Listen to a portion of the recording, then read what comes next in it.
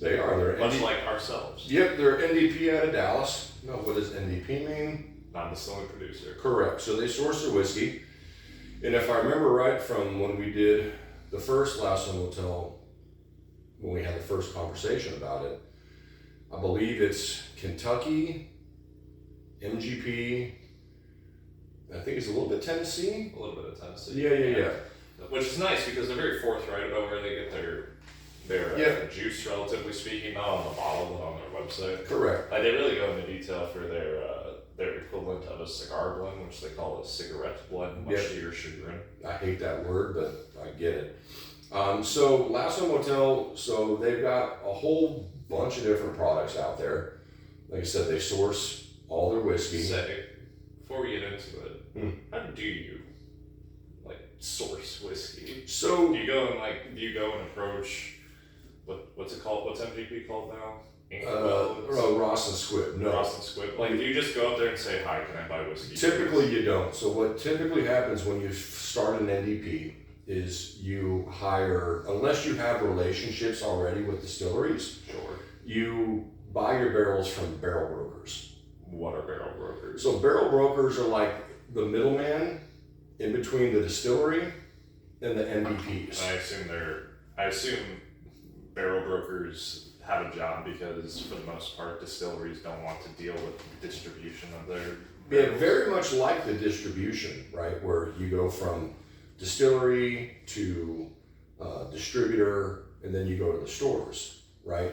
So unless you have a direct, and I don't even know how legal it is, even if you know the distillery. I mean, perhaps you can. I've never looked at the legality of it. But for the most part, like 9 times out of 10, you have to involve a middleman because otherwise it's natty. Yeah. So you and me started NDP, right? We started Georgetown Whiskey Company, right? Well, we don't make our own whiskey. So if we want to source from in Texas, if we want to source from TX or we want to do a single malt, we would source from Andalusia or Balcones, or if we want to get MGP or something from Green River, you have to go to a barrel broker. And the barrel broker will then negotiate with, the distillery. And then, the barrel broker will basically tell you how many barrels they can get from which distillery. And then as an NDP, we can decide, well, let's get stuff from MGP. Let's get some wheated bourbon from Green River. Let's get some different types of rye from Sagamore, right? You can kind of negotiate with the barrel broker, then you pay that price and it gets delivered to you. And then we would have a warehouse, right? You store it in your warehouse, which is technically a rick house at that point. And then how you blend it together makes the whiskey that we would then sell. So that's basically what Lasso Motel does. Now, I haven't tried their regular stuff, but their American with their light whiskey, we talked about it, phenomenal. And from what I've gathered so far, their barrel finishes, which they do, right, are like top notch in my humble opinion. They've all been very impressive. I wanted to try the Mizunara. The one from Japan. Yeah, if we can find it, we'll buy it. So this is an Amburana cask, and now this was the whole rage a couple years ago. What on God's green earth is Amburana? Amburana is a type of wood that comes from South America, Brazil in particular, right? Just like an oak tree, they got to cut it down, make it into staves, and make barrels out of it. Set it on fire, bada bing, bada boom, baby, you got a barrel. Correct. So all the same requirements that like our white oak barrels have. It's just in Amburana. Same with the Mizunara that you were just talking about. It's a particularly old tree that grows in Japan. Yeah, really hard because they grow kind of crooked, so really hard to make staves out of, which is why Mizunara finishes tend to be a bit pricier. Right? It's such a pain in the gonads. Correct. So Amburana was all the rage years ago, and how many years ago? Just a couple years ago. Like mid-2010s? Yeah, 2-3 years ago. Really? How was it all the rage? Well, it's a new barrel.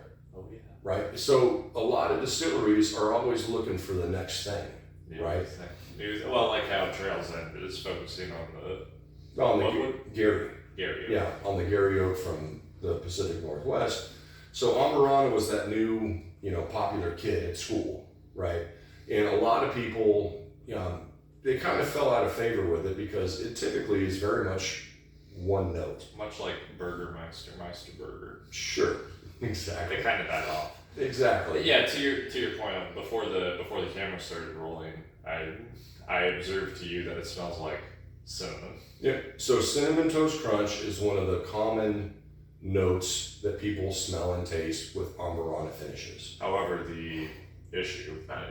consideration is that that's the only one, right? So we've talked about this before, but if you're going to finish something, for me personally, if you're going to finish something in a secondary barrel and you're going to put a name on it, like that's what I want to taste, right? Because I'm looking at the bottle and I'm like, if it's a, Amburana finish, I want to taste Cinnamon Toast Crunch. If it's a Naranja barrel, right? You want to taste? I want to taste orange. I want to taste citrus. However, the caveat is that you want to taste it mingled with whatever the mash bill is. Correct. Because otherwise, like, why do we go through all that effort? Like port finishes often suffer from this if they're done incorrectly because it tastes like port, and at that point, why do we go through all this effort? I should have just bought a bottle of port. And on the other side of it, if it's a port finish and you don't really taste the port, what was the point? I should have just bought a normal bottle. What's the point, right? So to do it right, obviously it's a thankless job. It's not easy. So I remember when we tried this, we got this a few months ago, and when we tried it, I was really happy with it because as was I. That's what I want in this Amburana finish. I want to taste the cinnamon. I want the basic Cinnamon Toast Crunch. But let's taste it. I don't remember what the proof is. Do you? Oh, it's 100 proof. Okay. By the by, what's the difference between 100 proof whiskey and 100 proof bottled and bond whiskey? It's just the legalities. So this smells awesome, by the way. It smells like cinnamon. Cinnamon Toast Crunch we never fed you guys that, but when I was a kid, we had Cinnamon Toast Crunch, which is cinnamon and sugar. But I like cinnamon and hot chocolate. It's fantastic. Cinnamon sugar on bullshit cereal. It rotted our fucking teeth. But anyway, they give you 12 really cool macro plastics. Yeah. So to get back to your question, so you can take a bourbon or whiskey that comes out at cask strength, add water to it and proof it down to get to 100 proof or to get it to 108 proof or 107 or 102 or 90, 95, right? You can just add water to it. Mm-hmm. But to be bottled in bond, and you can take bourbons or whiskeys from all over your rick house that are 2 years old, or I wouldn't do that, but are 4 years old, that are 8 years old, and blend them together and come out with 100 proof whiskey. Right? Technically, you can take a 2-year-old barrel, but that'd be a bad idea. Well, because then you got to change the label on the bottle. What would that be then? It would be American whiskey. No, it'd be straight. It wouldn't be Kentucky straight. It's Kentucky straight. The minimum is 4 years. 4 years, right? So the Bottled and Bond Act came. Which was passed in. Oh shoot! You know that. No, my book's there, but anyway, it doesn't matter. After Prohibition, the Bottled and Bond Act came into play, and basically it was just to make a pure whiskey that wasn't tampered with. So to be bottled and bond, it has to be a bonded government rickhouse. So the government has to come out and make sure it fits their requirements. They have to come and stare at you. Yep, and charge you money, I'm sure. That's a matter, of course. The whiskey has to be made in a single year. So if we were going to do a bottled and bond for this 2025, so for 2029, so it had to be made in 2025 in the year. It has to be stored at the same rick house, right? And I think with the same distiller, and then it has to come out at 100 proof. So you're still adding water to it, but there's more regulation as far as it has to come out in the same season, the same year. According to your book, brought to you by State and Peace Society. Yeah. It's made in one distillery, made in one season, bottled at exactly 100 proof, and aged at least 4 years in a government bonded warehouse. Yeah. So I missed the 4 year, but that was in my book. I mean, that's That's pretty standard. Which is why when we talk about Ben Holiday, with their bottle and bond 6 year, Yeah. right? So you can do a bottle and bond at whatever age you want after 4 years. Yeah, but you can't drop below 4. Which makes sense because at the time in 1897. Was that when the bottle and bond act was? 1897 under President Grover Cleveland. And that was for the quality. That was to make sure nobody tampered with it. Yeah, because like distilleries at that time would cut their whiskey with. Not the distilleries. Oh, right. Wow, that's sugary cinnamon toast crunch. Yes, it is. That's awesome. It wasn't necessarily the distilleries. So back in the day, the distilleries would put their whiskey in a barrel. Right. And they would send the barrels to quote unquote grocery stores. Right? Where, like a general store, an all-in-one store. Well, the problem is on all these whiskey barrels, they have bungs. Mm-hmm. What's a bung? The bung is the cork, basically. Right? So what the shop owners would do is they would add shit to it, right? Because people would come, like you and I would go to the local store with our jugs, be like, fill my jug up with, Old Crow whiskey. Oh, I remember. They were called rectifiers. Rectifiers were wholesalers that purchased the cheap spirits, which they colored and flavored, then sold on the market as whiskey, making imitation whiskey. Basically. So that's what the Bottle and Bond Act, that's why it was created. But yeah, so they used to add shit to them just to stretch it. They'd add water, they'd add formaldehyde, they'd add all sorts of They put formaldehyde? Yeah, they'd add all sorts of shit to it, right? And so it became basically dangerous, right? Just like after Prohibition. Kind of like bathtub gin. Yeah, like bathtub gin. I was just going to say that. After Prohibition, or during Prohibition, people were making gin in their bathtubs. And if you don't understand the distillation process, you've got the heads, you've got the hearts, and you've got the tails. And what is it, the heads that make you go blind? The heads, yeah, it's poisonous. And that's what makes you blind. Ask any old moonshiner about that. Yeah, if they're just doing one rip on the still and they're just adding it all to a bottle and they call it like moonshine blindness and stuff, well, it's because they have way too much of the heads, and that's just the first bit that comes off the still. Yeah, which if you go to a distillery and you see the still, they always take the heads out. Yeah, you pull the heads, right, and then you can add it back and redistill it again.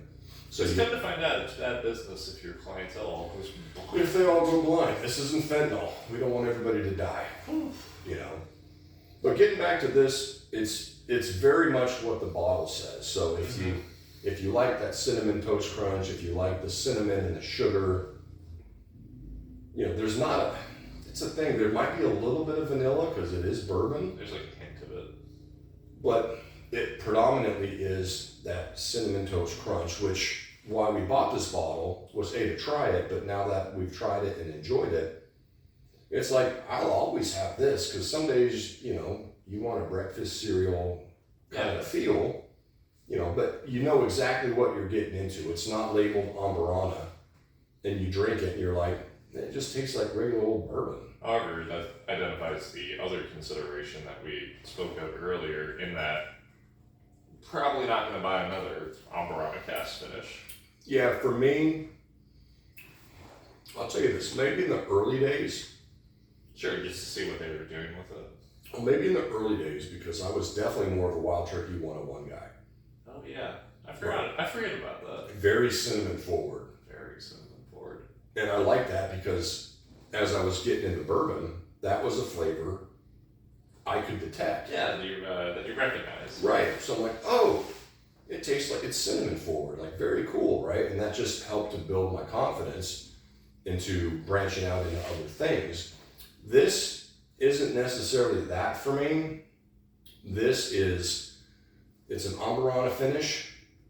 I want to taste that cinnamon toast crunch, and I got it. Yeah.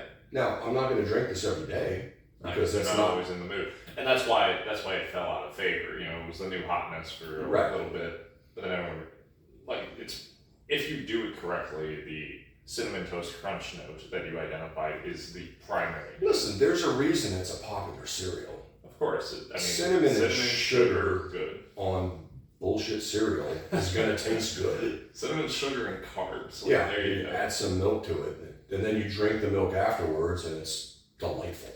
It's like French toast, you know? Yeah, yeah. But this, like I said, if you're interested in different barrel finishes, from the stuff I've tried from Lasso Motel, like they do a really good job, and They're it's fantastic. and it's not overwhelming. No. Right? It's not like it's like, oh, that like you're eating like a cinnamon stick, right? So it's not that. Like it legit tastes like a cinnamon toast crunch cereal. Yeah. Which most people that are at least my age, you know, we grew up with that shit, and it's kind of cool. Like It's cool that wood does this. It's cool that they were able to Yeah. replicate that note in Mhm. particular with wood. And However, it will always be niche because Sure, it's because very one. not everybody's into that. But like you said, that's the one interesting thing that there's a bunch of interesting things, but understanding how different barrels and different types of wood, the flavors that they impart. Like if I told you, 15 years ago, if you take a distilled spirit and you can put it in 4 different barrels of 4 different kinds of woods and they come out drastically different, be like, it's just wood. What are you talking about? But it's really what happens. Even with and we'll talk about the Naranja finish. Which is excellent. Which- Probably the best Naranja. The best one I've had. Yeah. Blows the water out of Dear Penelope. Yeah, I love Penelope. I love Penelope, but yeah, is it the Rio? I forget. Yeah, it was the Rio. No, it's the Valencia. It was the Valencia.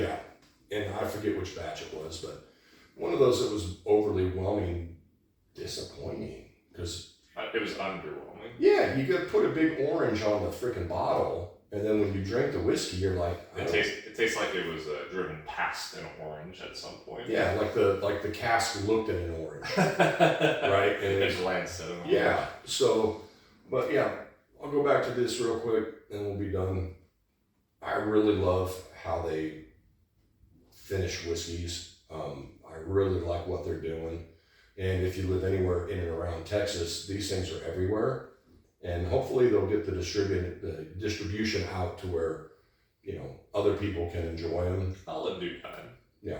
I wouldn't be surprised if they end up in a similar position as Smoke Wagon has after all these years. Yeah, it'd probably take a little bit, because I don't know how long, I might have done the homework before, but I don't know how long they've been in business. I think 10 it was, years. yeah, I was going to say 2016. Something like I that. think is what I remember, but yeah, who knows? They get their distribution out. I think a lot of people would like it, but if you haven't tried an Amburana finish, just because the bottles are typically really expensive, I don't remember this one being super expensive. It wasn't. I think it was 30, 40. Something around there, yeah, at least Maybe 45. at least around the Austin area. In Cedar Park. Good old fucking Cedar Park, but they have Top 10 things to do in Cedar Park. Go to the Total Wine. Eat. buy whiskey and leave. Either way, you buy it again?